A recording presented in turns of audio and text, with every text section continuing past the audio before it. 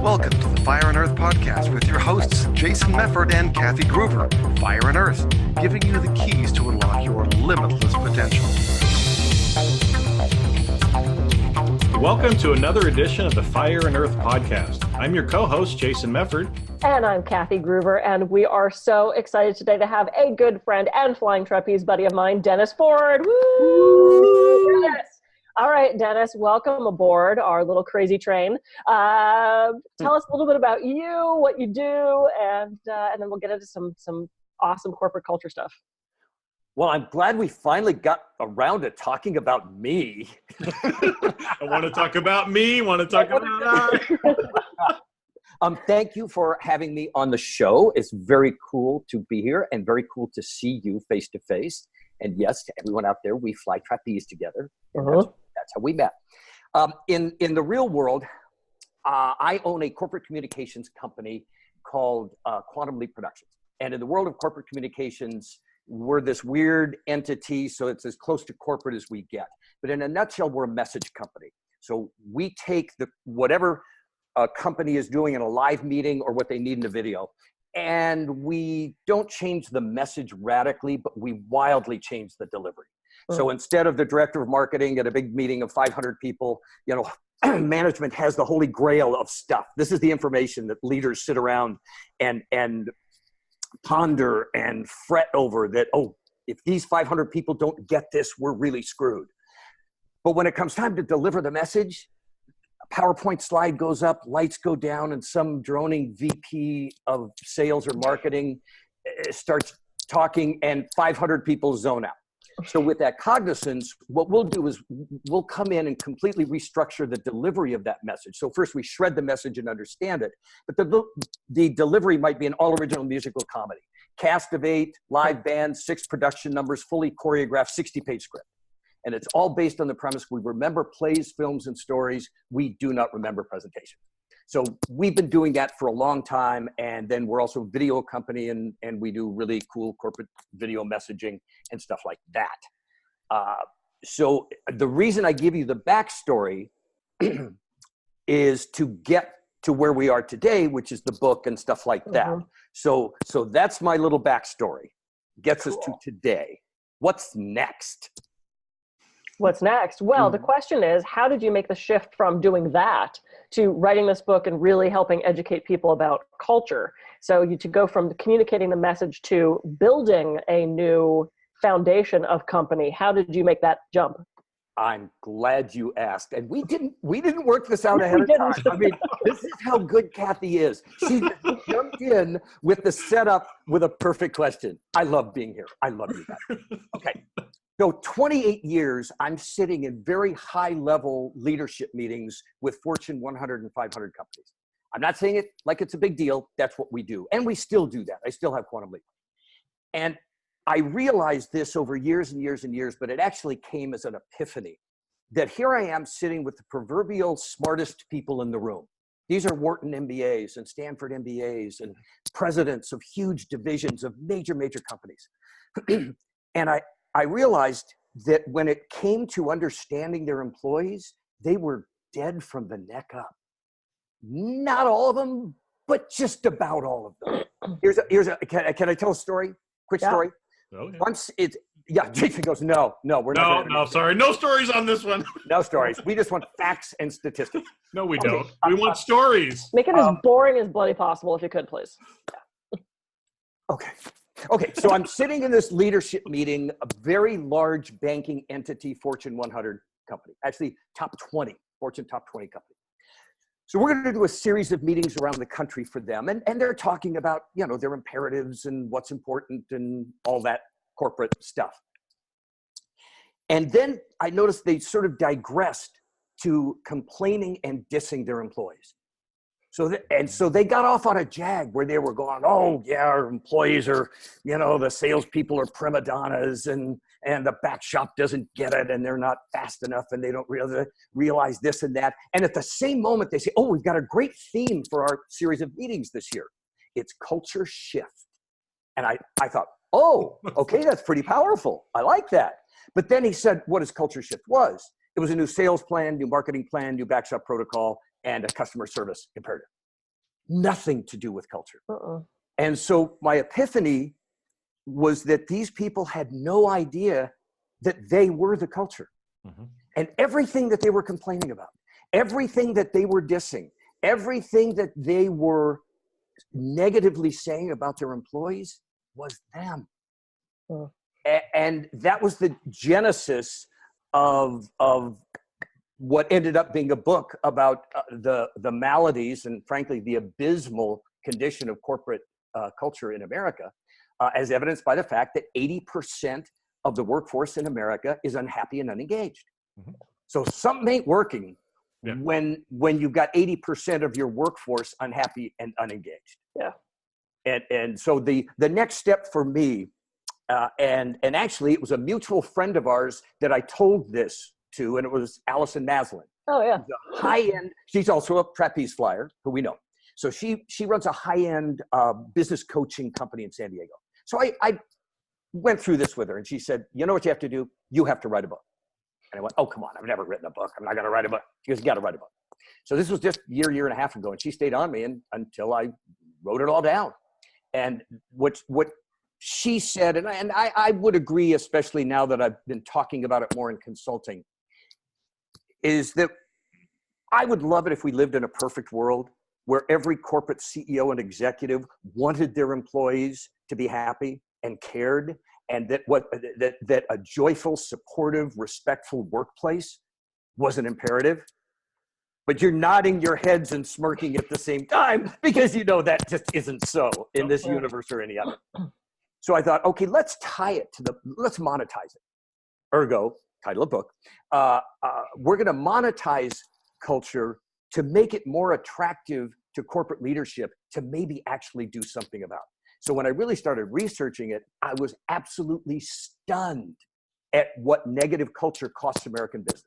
$500 billion every single year. And it went up last year, because I get my statistics from Harvard Business Review. It went up 50 billion last year alone, in the year since I wrote the book.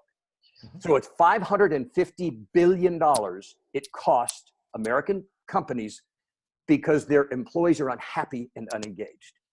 And so I've linked it to the monetization, even employee by employee, and this is, how about this for some really groundbreaking stuff? Happy, engaged people work harder and better than those who are unhappy and unengaged. What? Yep. What?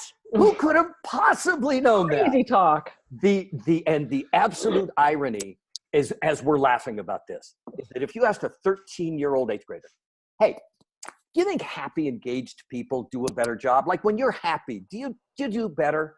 And they go, well, duh, yeah. Flip back to those smartest people in the room. Clearly, they don't get that. And so there's this massive disconnect in American business culture that is costing massive amounts of money. Yep. And it can be fixed.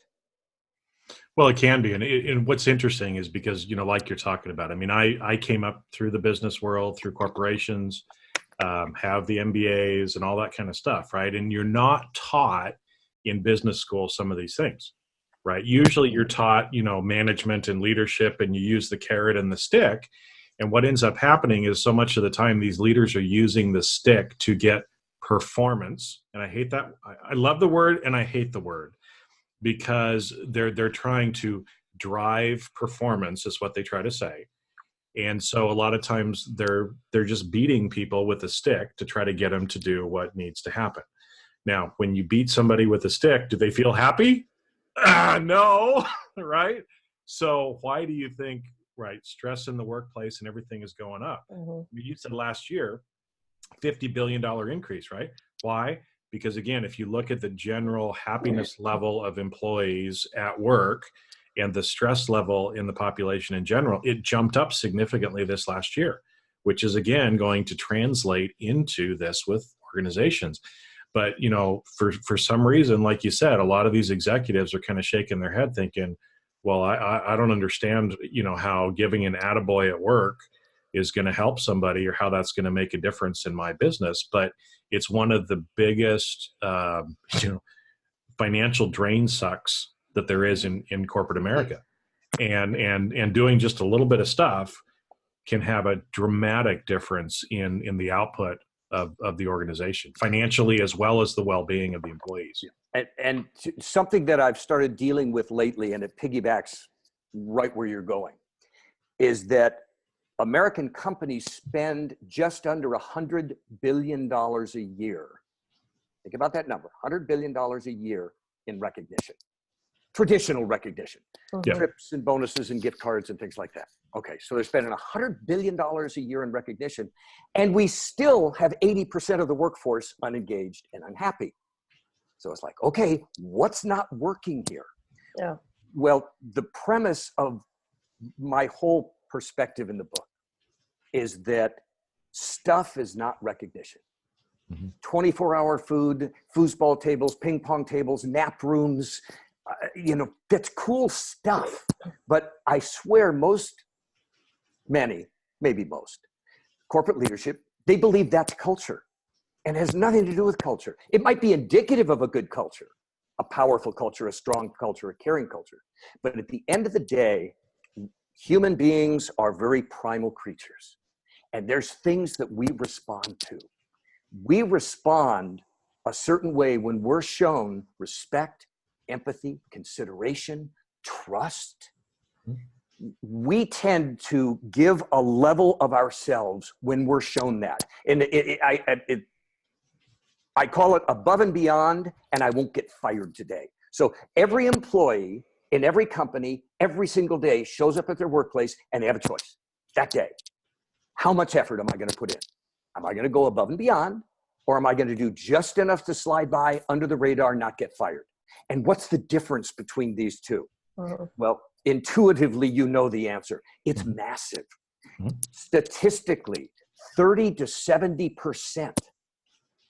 So what I say to corporate leadership, if I'm speaking or if I'm consulting, I said, okay, what would happen to your business model if you had your 500 employees or 1,000 employees or 5,000 employees show up tomorrow and give you 30% more effort in everything they did every day? What would that do? And it just makes their eyes glaze over, because bumps like that are unheard of. Yet companies like Zappos, REI, Starbucks, Costco to a degree, Southwest Airlines.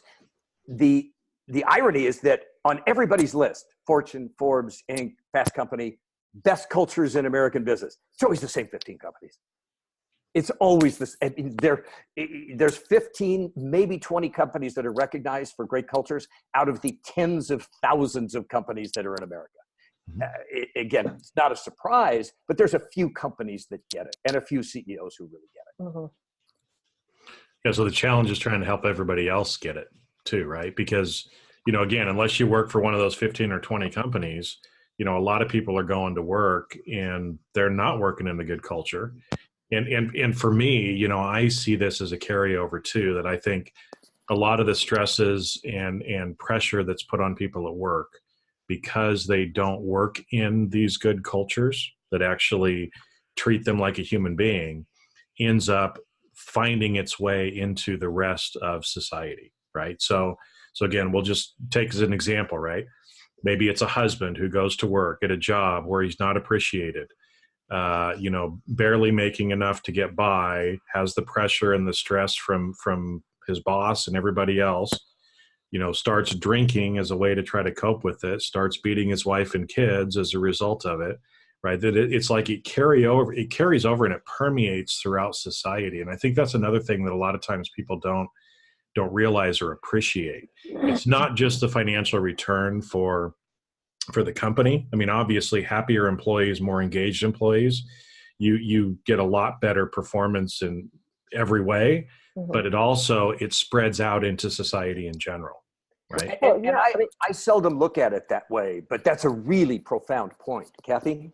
Well, as I say, we spend a third of our lives at work, so that is absolutely going to affect what happens when we get home. And unfortunately, because we can't typically yell at the boss or punch the boss or act out with other employees and staff, we do tend to take that home. We take it on the freeway, we yell at the dog, we snap at the wife, all of that carries over into the rest of our lives. just like if we have miserable home life, it's not just about leaving work at work, it's about leaving home at home to a certain extent. And when I worked with 911 dispatchers, I found that one of the biggest complaints when I was doing the one-on-one consulting was not so much that people were carrying work around with them, but they were bringing their home life into work, and they were complaining about the husband, they're complaining about the kids, so that's a carryover to everything. But here's my question for you, Dennis. So I've never worked in a giant company. I'm my own boss. Sometimes I can be a raging bitch to myself. I'm working on my culture. Hey, if it works for you, though, come on. I occasionally give myself time off to pee. That's pretty much all I give myself time for. So how do you define culture? Because I agree. I think there's a complete misconception as to what that actually is. And people say they want to change culture and they get a foosball table and it's like, woo. So what is culture? How do you define that? And how do you start to identify how to change that? There are many definitions, and I just frankly decided to write my own because it encompassed the scope of what I advocate and believe. I'm not saying other definitions of culture are wrong, but I believe this to be true. And I started a while ago. It's easier to start out with what culture is not.